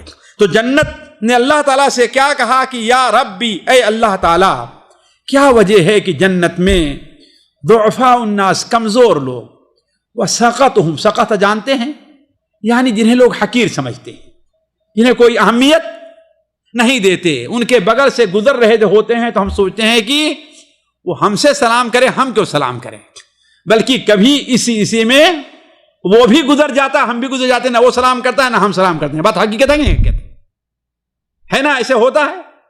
تو ایسے ہی اور جہنم کہے گی کہ یا رب، اے اللہ تعالی، کیا وجہ ہے کہ میرے اندر صرف تجھے جبار اور متکبرین اور گھمنڈی لوگوں کو بھیجنا تھا؟ اللہ تبارک و تعالیٰ کہے گا جنت سے انت رحمتی، تو میری رحمت ہے، میں جس کو چاہوں اپنی رحمت سے نواز دوں. اور جہنم سے فرمائے گا تو میرا عذاب ہے، میں جس کو چاہوں عذاب دیتا ہوں.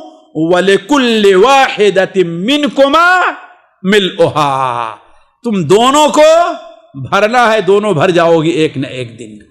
تو اس سے کیا معلوم ہوا ساتھیوں کہ جنت اور جہنم دونوں اس وقت موجود ہیں.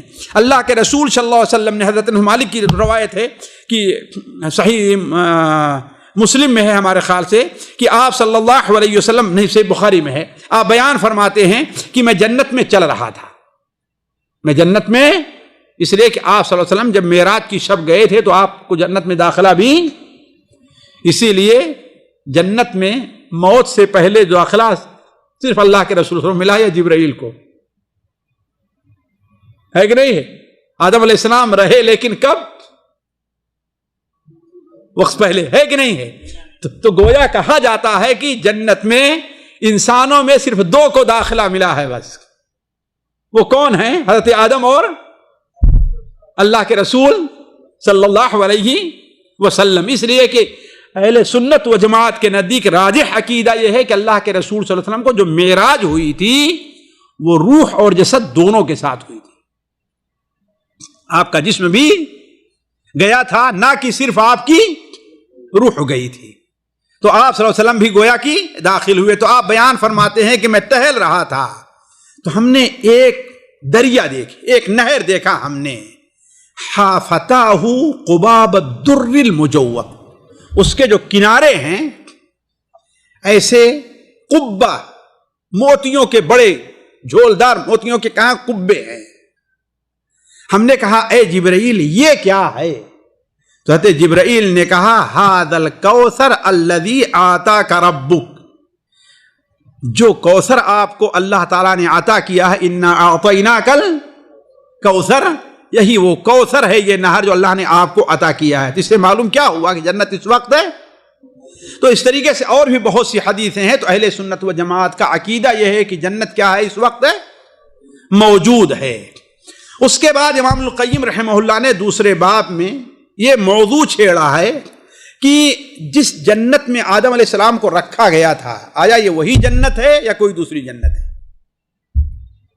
آدم علیہ السلام جنت میں تھے نا، یا آدم اسکن انت وزوجک الجنہ، اے آدم تم اور تمہاری بیوی جنت میں رہو. آیا یہ وہی جنت ہے یا کوئی اور جنت ہے؟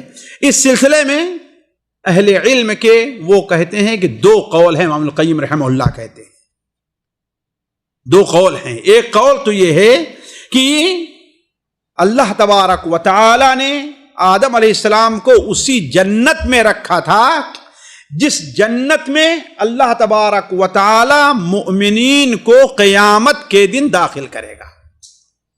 آدم علیہ السلام کو اسی جنت میں رکھا جنت میں اللہ تعالی مؤمنین کو قیامت کے دن داخل کرے گا. اور دوسرے علماء کہتے ہیں کہ نہیں، یہ وہ جنت نہیں ہے، یہ وہ جنت نہیں ہے جس جنت میں اللہ تعالیٰ آدم علیہ السلام کو داخل کیا تھا، وہ کوئی اور جنت تھی. پھر یہ اختلاف ہے کہ آیا وہ جنت جس میں آدم علیہ السلام داخل کیا تھا آسمان میں تھی یا زمین میں تھی؟ آسمان میں تھی یا زمین میں تھی؟ کچھ لوگوں نے کہا کہ وہ جنت کہاں تھی؟ آسمان میں تھی، اس لیے کہ اللہ تعالیٰ نے وہاں سے اہبطا، کیا فرمایا؟ اہبطا، یعنی تم اتر جاؤ. اترنا کہاں سے ہوتا ہے؟ اور دوسرے علماء نے کہا کہ وہ جنت آسمان میں نہیں تھی بلکہ اسی دنیا میں تھی. کیوں؟ اس لیے کہ آسمان امتحان اور آزمائش کی جگہ نہیں ہے. امتحان اور آزمائش کی جگہ کون سی ہے؟ وہ دنیا ہے. پھر اعتراض ہوتا ہے کہ اللہ نے فرمایا کہ اہبطا، تو کہا کہ قرآن ہی سے پتہ چلتا ہے کہ اہبطا کے معنی یہ دوسری کا منتقم نہ، اہبطوا مصر، اہبطوا مصر کیا مطلب؟ آسمان سے اتر کے شہر میں داخل ہو جاؤ؟ نہیں، ایک جگہ سے دوسری جگہ منتقل ہو جاؤ. یہ 3 قول ہیں، لیکن امام ابن القیم رحمہ اللہ نے جو زیادہ راجح قرار دیا ہے کہ یہ وہی جنت ہے جس جنت میں اللہ تبارک و تعالیٰ نے آدم علیہ السلام کو رکھا تھا، یہ وہی جنت ہے جس میں ان کو داخل کرے گا، اللہ تبارک و تعالیٰ داخل کرے گا۔ کیوں؟ اس لیے کہ اللہ تبارک و تعالیٰ نے اسے بھی الجنہ کہا ہے، الف لام کیا ہے؟ یہ عہد کہا ہے، ایک چیز۔ دوسری چیز، بعض حدیثوں میں صراحت کے ساتھ آیا ہے کہ آدم علیہ السلام کو اللہ تبارک و تعالیٰ نے جب جنت سے نکلنے کا حکم دیا، ظاہر بات اتنی بڑی نعمت کو چھوڑتے ہوئے کسی کو رونا نہیں آئے گا؟ جی آئے گا نا رونا؟ رونا آئے گا۔ تو کہا کہ اے اللہ تبارک و تعالی، کیا تو مجھے کبھی دوبارہ اس جنت میں داخل کرے گا؟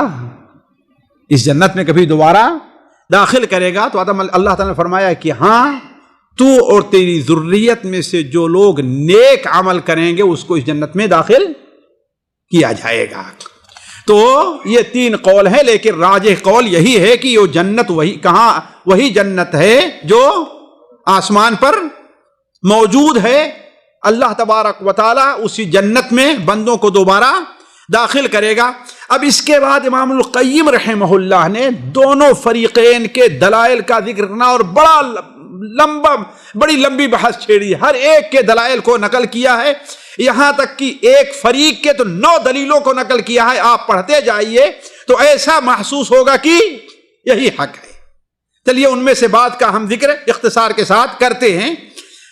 امام القیم رحمہ اللہ کہتے ہیں کہ اس بات کی دلیل کہ اللہ تبارک و تعالی نے جس جنت میں آدم علیہ السلام کو رکھا تھا، یہ وہی جنت ہے جس جنت میں اللہ تعالیٰ قیامت کے دن مومنوں کو داخل کرے گا۔ کہا اس کی سب سے واضح دلیل یہ ہے کہ ہم یہ ہمیشہ سے سنتے آئے ہیں اور تمام انبیاء کے اقوال سے بھی یہ پتہ چلتا ہے کہ وہ جنت وہی ہے جس جنت کے اندر اللہ تبارک و تعالی نے آدم علیہ السلام رکھا، وہی ہے جس میں بعد میں لوگوں کو داخل کرے گا۔ اس کی ایک واضح دلیل لکھتے ہیں کہ اللہ کے رسول صلی اللہ علیہ وسلم کی حدیث ہے صحیح مسلم میں، یجمع اللہ تعالی الناس فیقوم المؤمنون حتی تزلف لهم الجنہ۔ قیامت کے دن اللہ تبارک و تعالی لوگوں کو جمع کرے گا۔ ساتھیو، قیامت کا دن یہ کہنے کا ایک دن ہے، لیکن کتنا بڑا دن ہے جی؟ 50,000 سال کا۔ اس دن کے اندر بہت سے مراحل پیش آئیں گے، بہت سے مراحل پیش آئیں گے، 1-2 مرحلہ نہیں ہے۔ مثال کے طور پر سب سے پہلا مرحلہ ہے کہ ایک جگہ پر ایک ہی میدان میں سب کو جمع ہونا ہے، اور یہ تقریباً 40 سال کا مرحلہ ہوگا، 1-2 نہیں مرحلہ۔ پھر اس کے بعد لوگ جب پریشان ہو جائیں گے اور اس مرحلے میں لوگوں کو مشکل سے ایک بالشت جگہ ملے گی جس پر کھڑے رہیں گے لوگ۔ جس طریقے سے ترکش میں تیر ٹھونسا جاتا ہے، ایسے لوگ ایک دوسرے کے ساتھ بالکل، ذرا دیکھیے بھیڑ ہو، پسینہ ہو رہا ہو، دھوپ ہو، کس طرح پریشانی ہوگی۔ تو بڑا خوفناک منظر ہے ساتھیوں۔ پھر اس کے بعد دوسرا مرحلہ آئے گا کہ اللہ تبارک و تعالی فیصلہ کرنے کے لیے آئے گا۔ تیسرا مرحلہ سوال کو ہوگا۔ چوتھا مرحلہ نامے اعمال کے تقسیم کا ہوگا۔ 5واں مرحلہ نامے اعمال کے وزن کیے جانے کا ہوگا۔ 6واں مرحلہ حوض وغیرہ پر حاضری کا ہوگا۔ 7واں مرحلہ اللہ تبارک و تعالی سب کو ایک جگہ پر جمع کیے رہے گا۔ پھر اس کے بعد اللہ تعالیٰ دوبارہ لوگوں کے سامنے حاضر ہوگا اور اعلان کرے گا کہ جو جس کی پوجا کرتا تھا اس کے پیچھے ہو لے۔ پھر اس کے بعد اللہ تعالیٰ اس موقع پر کافروں وغیرہ کو جہنم میں ڈال دے گا۔ پھر اس کے بعد نور عطا کرے گا، تقسیم ہوگا، جس کی روشنی میں لوگ چل کر کے جنت میں پل صراط کو پار کریں گے۔ پل صراط کو پار کر لینے کے بعد لوگوں کو روک دیا جائے گا۔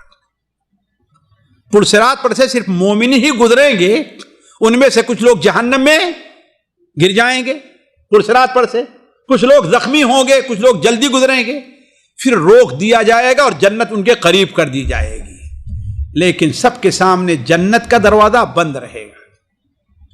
اب لوگ پریشان ہوں گے، ساری پریشانیوں سے تو فرصت مل گئی ہے اور جنت کا دروازہ ہی نہیں کھل رہا ہے، تو پھر حضرت آدم علیہ السلام سے لے کر کے دوسرے لوگ تمام انبیاء کے پاس جائیں گے کہ سفارش کیجئے کہ اللہ تعالیٰ جنت کا دروازہ کھول دے۔ اسی موقع سے متعلق اللہ تعالیٰ، اللہ کے رسول کی حدیث ہے، یجمع اللہ تعالی الناس فیقوم المؤمنون حتی تزلف لهم الجنہ، مومن کھڑے ہوں گے یہاں تک کہ جنت ان کے قریب کر دی جائے گی۔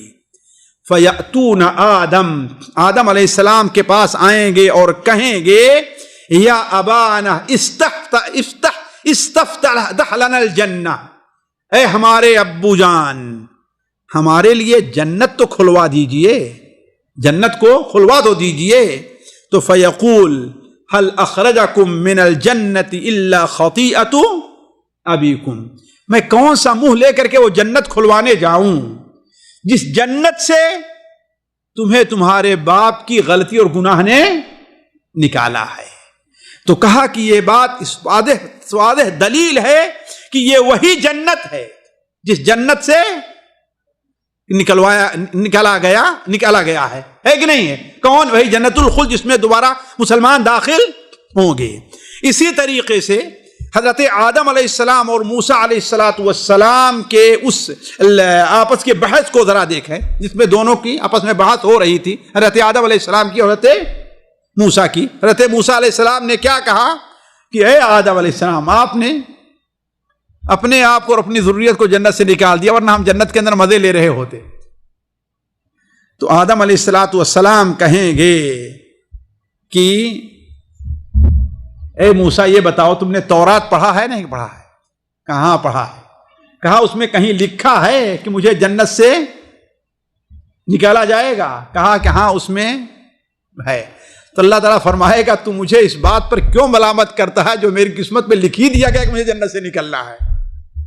تو آخر فرماتے ہیں کہ آدم علیہ السلام موسیٰ علیہ السلام پر غالب آ گئے، ہے نا؟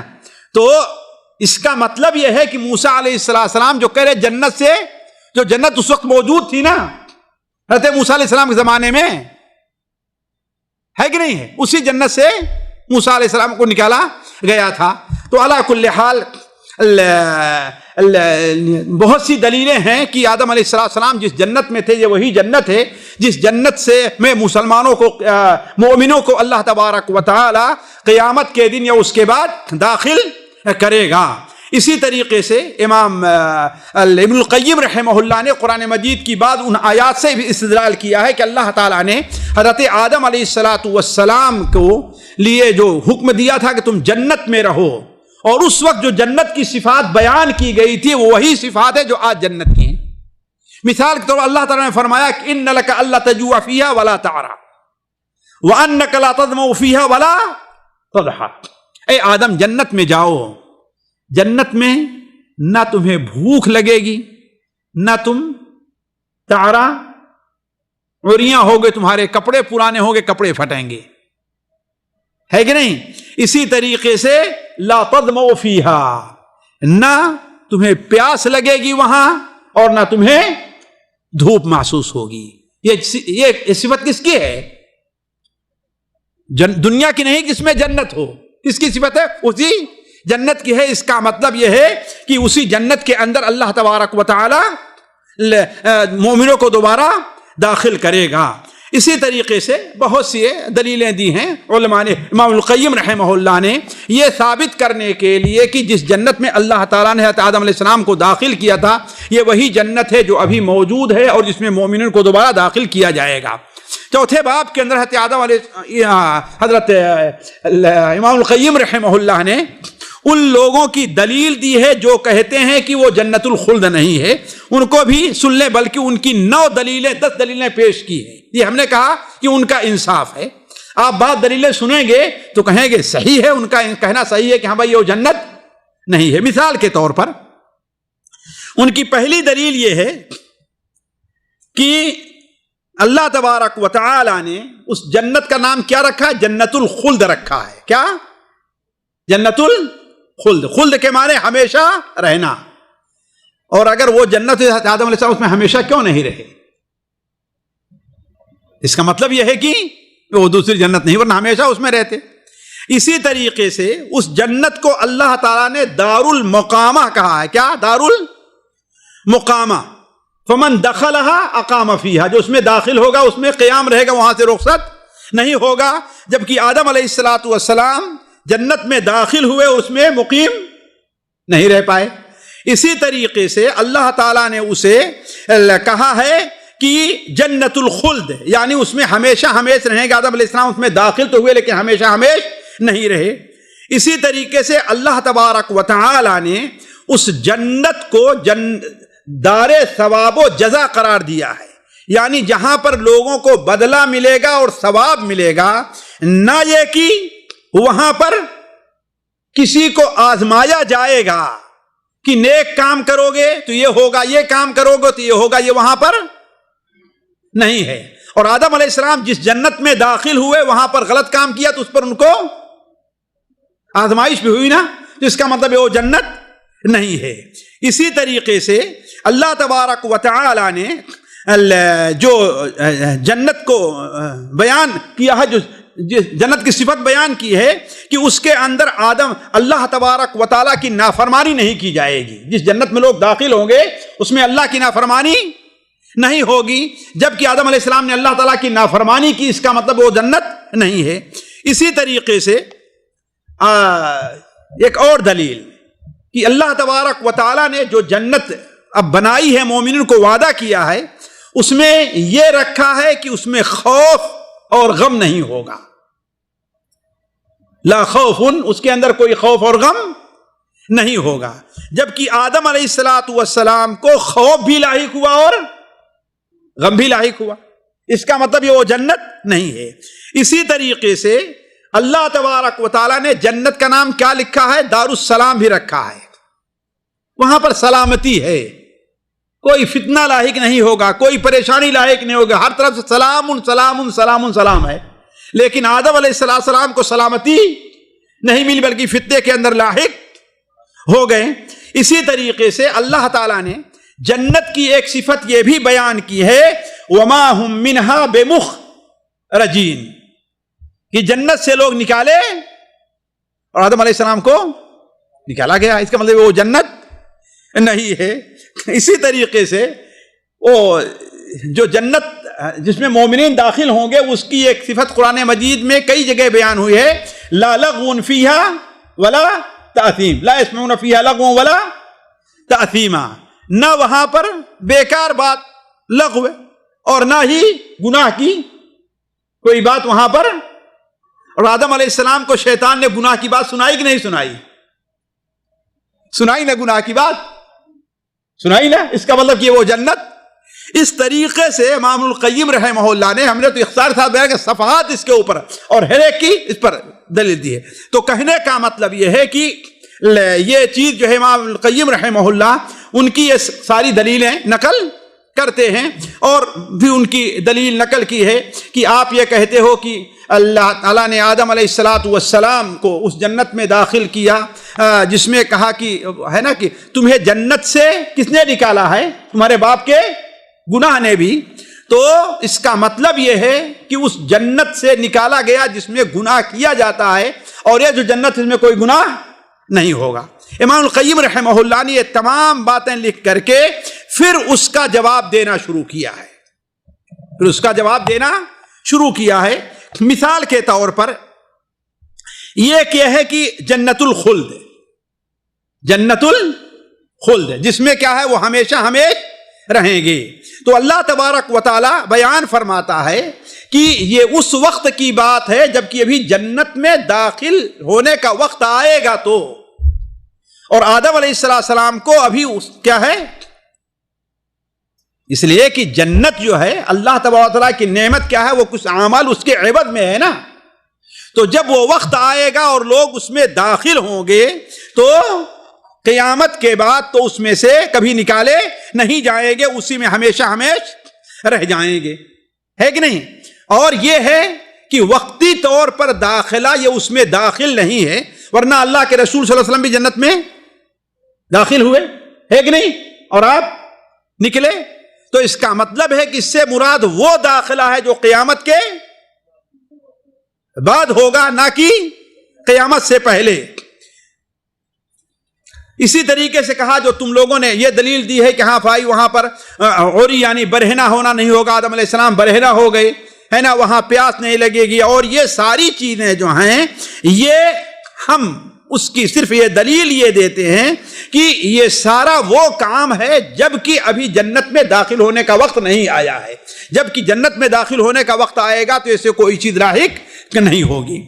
اسی طریقے سے جو جن لوگوں نے یہ کہا کہ جنت ابھی پیدا نہیں کی گئی ہے، ان کی دلیل کیا ہے؟ مولانا القیم ہر ایک کی دلیل دیتے ہیں، ان کی دلیل کیا ہے جو پیدا نہیں کی گئی، یہ بعد میں پیدا کی جائے گی؟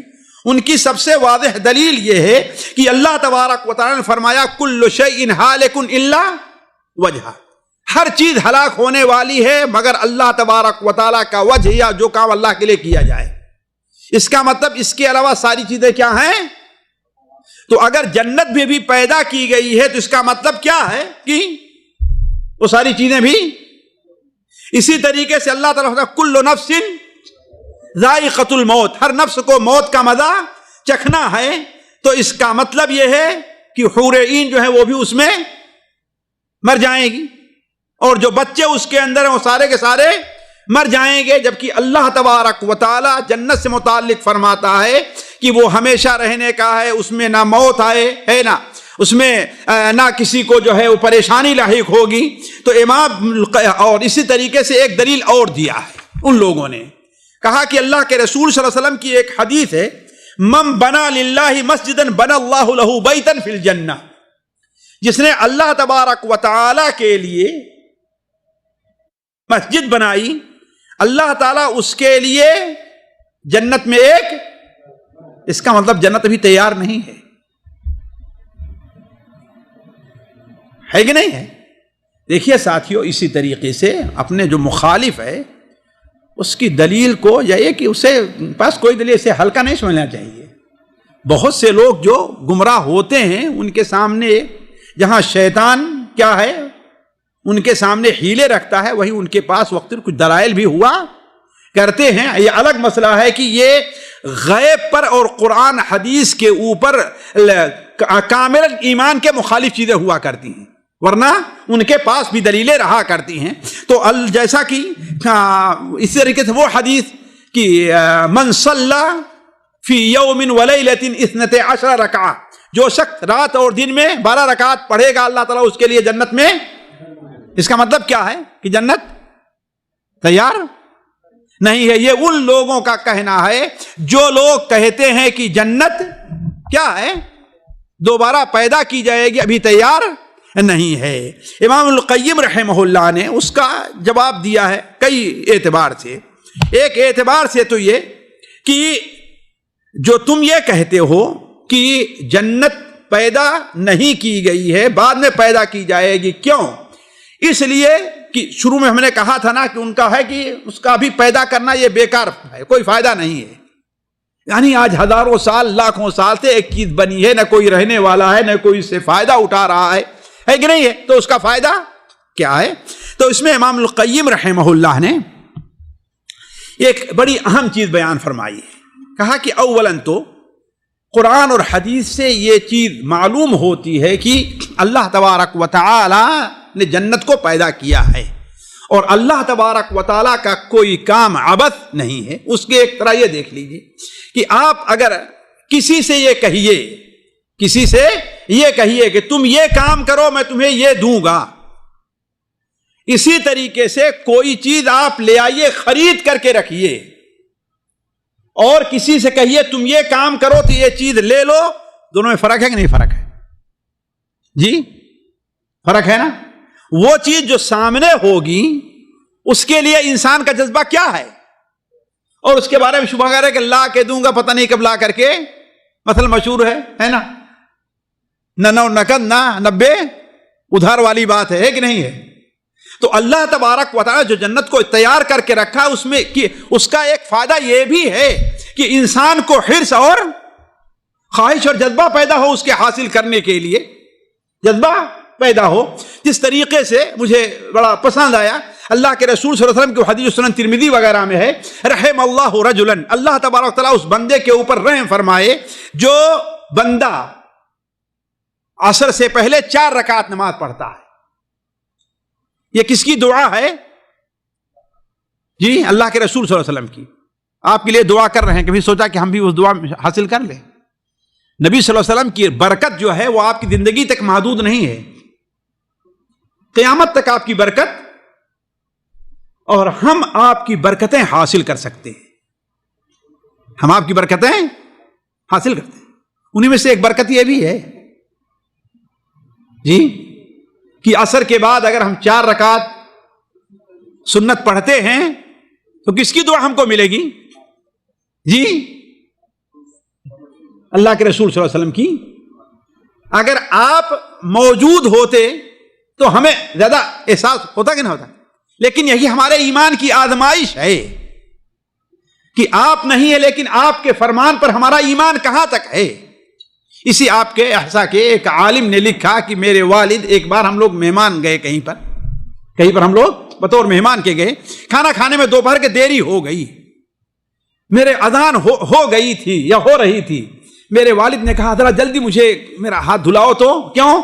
کہا تاکہ میں اللہ کے رسول صلی اللہ علیہ وسلم کی دعا کی برکت حاصل کر لوں، آپ کی دعا کی برکت حاصل کر لوں. تو کہنے کا مطلب یہ ہے کہ اللہ تبارک و تعالیٰ نے یہ جو چیزیں رکھی ہیں اسی لیے تاکہ ہمارے اندر کیا ہو، ایک تو جنت کو بھی جو اللہ تبارک و تعالیٰ نے جو پیدا کیا ہے وہ کیا ہے، اسی لیے تاکہ ہمارے جذبات کے اندر ابھرے ہم اسے حاصل کرنے کے لیے. اور ایک بڑی اہم چیز شاید آپ کو کہیں اور کتاب میں نہ ملے، وہ یہ ہے امام القیم رحمہ اللہ کہتے ہیں کہ اس بات کا پھر کیا جواب ہوگا جس میں فرمایا کہ جو شخص 12 رکعت سنت پڑھے گا اس کے لیے جنت میں ایک گھر بنایا جائے گا، یا جو جس میں ایک بار سبحان اللہ کہا اللہ نے اس کے لیے جنت میں ایک درخت لگا دیا. تو اگر جنت تیار ہے تو اس کا کیا معنی ہے؟ اس کا کیا معنی ہے؟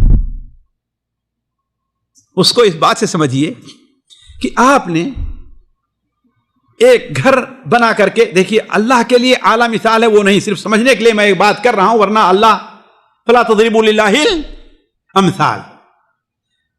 ایک شخص ایک مکان کرائے پر لیتا ہے، مکان میں مکان مالک اپنے حساب سے سب چیز تیار کر کے رکھا ہے، لیکن کچھ چیزیں ایسی ہوتی ہیں جو مکان میں رہنے والے کے اپنے مزاج کے مطابق پہنچ کر کے اس میں کچھ یہ کر رہا ہے، یہاں کر رہا ہے نا. ہو سکتا ہے کہ دروازہ یہاں ہو تو دروازہ وہ ہے کہ نہیں، ایک بیڈ ہو تو ہوتا ہے دوسرا بیڈ اس میں، ایک اے سی ہے تو دوسرا اے سی اس میں، ایسا ہوتا ہی نہیں ہوتا ہے. تو اصل جنت اور جنت کی نعمتیں تو تیار ہیں بنیادی طور پر، لیکن اس میں کچھ اضافہ، یہ ہمارے آپ کے عمل سے اس کے اندر اضافہ ہوتا رہے گا. بڑا اہم نقطہ، مجھے نقطہ کہیں نہیں ملا، امام القیم میں کہاں ملا ہے نقطہ. یعنی اصل جنت کیا ہے، وہ تیار ہے، اس میں کوئی کمی نہیں ہے، لیکن اس میں ہمارے اپنے عمل کی وجہ سے اس کے اندر اضافہ ہوتا رہے گا. تو کہا کہ اصل جنت تو تیار ہے، لیکن ان حدیثوں کا معنی یہ ہے کہ ہم اس کے اندر اضافہ تمہارے عمل کی بنیاد پر کمی اور زیادتی کرتے جائیں گے، اور تمہارا عمل جیسا ہوگا ویسے تم کو اچھی چیزیں ملے گی. اسی طریقے سے تمہارا یہ کہنا کل شیء ہالک الا وجہہ، ہر چیز ہلاک ہو جائے گی صرف اللہ تبارک و تعالیٰ باقی رہے گا. تو امام القیم رحمہ اللہ کہتے ہیں کہ اصل چیز ہے کہ اس آیت کا مفہوم تم نے سمجھا ہی نہیں ہے. اللہ تعالیٰ نے اہل سنت و جماعت کو توفیق دی. شیخ کم ہو گیا، اہل سنت و جماعت کو اللہ تعالیٰ نے توفیق دی ہے کہ اللہ تبارک و تعالیٰ کہ اس فرمان کا مفہوم وہ سمجھ جائیں. تو کہا کہ کل شیء ہالک الا وجہہ، ہر چیز ہلاک ہوگی الا وجہہ، مگر اللہ تبارک و تعالی کا ملک، اللہ کی جو حکومت ہے، اللہ تعالیٰ جس کو چاہے گا اس کو باقی اسی طریقے سے بعض علماء نے کہا کہ الا وجہ، مگر وہ چیز جو اللہ کے لیے جو کام کیا گیا ہے وہ ہلاک، تو جنت کس لیے کی گئی ہے؟ اللہ تعالیٰ کے لیے۔ اسی لیے علماء نے کئی چیزیں لکھی ہیں کہ ساری چیز فنا ہو جائے گی، البتہ 8 چیزیں ہیں جو فنا نہیں ہوں گی۔ اسے ہم نے جمع کیا ہے، امام قیم نے یہاں پر نہیں دکھ رہا، لیکن 8 چیزیں، ساری چیزیں فنا ہو جائیں گی لیکن 8 چیزیں ہیں جو باقی رہیں گی۔ پہلی چیز کیا ہے؟ عرش ہے، وہ فنا نہیں ہوگا۔ کرسی ہے جو فنا نہیں، جنت ہے، جہنم ہے، اسی طریقے سے روح ہے، وہ بھی، اس کو بھی فنا نہیں ہے۔ انسانی جو روح ہے اس کو بھی فنا نہیں ہے۔ اسی طریقے سے ریڑھ کی ہڈی جو ہوتی ہے اس کے نیچے کا جو عجب الذم جس کو کہتے ہیں، بالکل نیچے جو تھوڑا سا گول جیسا حصہ رہا کرتا ہے وہ بھی فنا، اسی سے دوبارہ ہم کو آپ کو اٹھایا جائے گا، ہے کہ نہیں ہے؟ اور 7ویں چیز لوح محفوظ، اور 8ویں چیز قلم۔ علماء تفسیر نے یہ چیزیں لکھی ہیں کہ یہ 8 چیزیں ہیں جو فنا ہونے والی نہیں ہیں۔ چنانچہ احمد بن حنبل رحمہ اللہ نے بھی اس سلسلے میں لکھا کہ آسمان اور زمین تو کیا ہیں؟ ختم ہو جائیں گے، البتہ جنت اور جہنم اور عرش وغیرہ یہ ساری چیزیں نہیں، اس لیے کہ عرش بھی کیا ہے؟ وہ جنت کی چھت ہے۔ اسی طریقے سے کل من علیہا فان، کہا کہ یہ آیت جو ہے کب نازل ہوئی ہے؟ یہ آیت اس وقت نازل ہوئی جب اللہ نے فرمایا کہ کل من علیہا فان، تو زمین پر جو کچھ ہے سب فنا ہو جائے گی۔ تو اس کا مطلب فرشتوں نے کہا کہ ہمارے لیے فنا نہیں، اس لیے زمین پہ نہیں ہے وہ، کل من علیہا فان۔ تو اس وقت اللہ تبارک و تعالیٰ نے فرمایا کہ کل شیء ہالک الا وجہ، الا وجہ، ہر چیز فنا ہونے والی ہے جو سوا اللہ تبارک و تعالیٰ کے، باقی ہر چیز باقی رہ جائے گی۔ وہ امام قیم کہتے ہیں کہ اہل سنت و جماعت کا، تمام علماء کا جو حدیث کے اوپر اور قرآن کے اوپر عامل ہیں اور اس کو اپنی دلیل پکڑتے ہیں، ان کا یہی مسلک چلا آ رہا ہے کہ اللہ تبارک و تعالیٰ نے ہر چیز کو فنا کر دیا ہے، اور البتہ کر دے گا، البتہ وہ چیزیں جو ہیں جو اللہ تبارک و تعالیٰ چاہے گا، جیسے جنت ہے، جہنم ہے، عرش ہے، کرسی ہے، یہ چیز فنا نہیں ہوگی۔ اب آج کا درس ہم یہیں پر روکتے ہیں، اس کے بعد آئے گا کہ جنت کے دروازے کتنے ہیں، وہ کل انشاءاللہ صبح کو ہم آپ کے سامنے رکھیں گے۔ اللہ تبارک و تعالیٰ سے دعا ہے کہ اللہ تبارک و تعالیٰ ہمیں اور آپ کو ان باتوں سے فائدہ اٹھانے کی توفیق عطا فرمائے۔ اللہ تبارک و تعالیٰ ہمیں اور آپ کو جنت کے وارثین میں ہمارا آپ کا شمار کرے۔ سبحانک اللہم و بحمدک، اشہد ان لا الہ الا انت، استغفرک و اتوب الیک۔ سامعین کرام، ہمارے علمی اور عوامی دروس اور سوال و جواب کی مجلسوں سے آپ خود بھی مستفید ہوں اور اپنے دوست و احباب کے ساتھ بھی شیئر کریں۔ عین ممکن ہے کہ آپ کے شیئر سے کسی کی اصلاح اور آپ کے لیے صدقہ جاریہ بن جائے۔ واٹس ایپ پر اسلامک میسج حاصل کرنے کے لیے نمبر نوٹ فرمائیں: یعقوب عزیز 00966 5089 59707۔ واٹس ایپ سوال و جواب گروپ میں ایڈ ہونے کے لیے نمبر نوٹ فرمائیں: عبدالسلام عمری 00966 502627 نمبر بھیجتے ہوئے نام اور پتہ ضرور لکھیں۔ اسی طرح ہمارے یوٹیوب چینل اسلامی دعویٰ کو ضرور سبسکرائب کریں تاکہ ہماری ہر نئی اور اہم ویڈیو کی اطلاع آپ کو فوری حاصل ہو جائے۔ تمام دروس، مقالات اور سوال و جواب سیریز کے لیے ہماری مشہور ویب سائٹ www.islamidawah.com کا مشاہدہ کرتے رہیں۔ السلام علیکم ورحمۃ اللہ وبرکاتہ۔